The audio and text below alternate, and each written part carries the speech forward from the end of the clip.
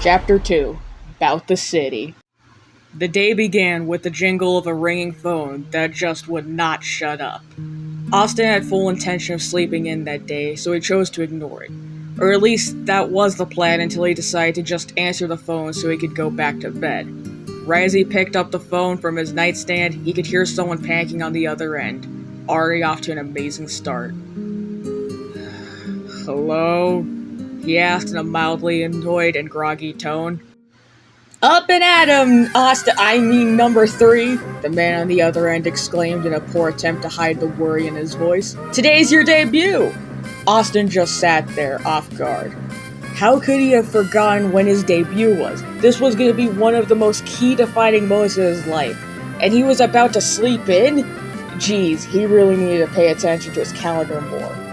Number 3? Are you there? The man on the other end asked, bringing the springy-haired man back to his senses. Yeah, Austin replied as his voice cracked. I'll be there in a few.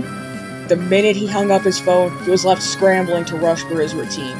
Currently, he was trying and failing to get his sneakers on while waiting for his toast to pop out the toaster. A comb was stuck messily in his hair, and his chest plate was only half attached to his shirt. He eventually manages to get his shoes on, only to trip onto the floor, collapsing with a thud. Quickly getting back up, he gets the comb out of his hair and places it on the counter. He was only brought out of his frantic state when he heard his phone ringing. Picking it up, he placed it to his ear as he answered the call. Hey, Austin, glad I could reach ya. The unmistakable voice of his trainer, William, boomed through the speaker of his phone, nearly making him drop his phone. Oh, but hi, William, Austin said while attempting to clip his chest plate on. Cool if you tell me why you're calling me at this moment. I just wanted to let you know that before your debut, I'm gonna need you to pick up a couple people on the way. Really? Who are they? He asked as he finally managed to get his chest plate fully attached to his shirt. One of them used to be a member of the league back in my generation, so think of them as VIPs. Him and his daughter are gonna be attending your matches, so you're gonna need to bring them with ya. Okay, so where exactly am I supposed to find them? He grabs his toast from his toaster as he asks this question, placing it into his mouth. You'll be finding them at the bus stop. Also, make sure to meet me behind the Spring Stadium. I forgot to give you something during our training match last week. Austin's speech was muffled by the toast he was eating in an effort to avoid being a second late. I'll be there in a bit. The minute he hung up the phone, he made a mad dash for the door of his apartment. Austin busted through the door as he ran out of the apartment complex, running as quickly as he could to the bus stop, nearly tripping at several points, passing by several buildings as he rushed to where he needed to be. Some days he wondered why he didn't just go through with getting a car. Right as he passed by a newsstand, he tripped over the sidewalk. He would have fallen face first onto the street had it not been for something keeping him from hitting the ground. The roaring of a car horn honking at him echoed in his ears. He quickly got up and back on the sidewalk, looking at whoever kept him from being run over. In front of him was a man with multicolored arms and a flashy bun-up, open to reveal a blue t-shirt. Sitting at the bus stop was a girl with tricolored arms and a similar t-shirt. She was currently busy doodling in a neon yellow notebook, a peculiar-looking eye patch covering her left eye. The man in front of him took his hand off his shoulder, giving a lighthearted laugh as he started to talk with him. When William told me that his protege was always in a rush, I didn't know you'd be in that big of a rush. Austin itched the back of his head in an attempt to alleviate how awkward he felt in that moment. Who are you exactly?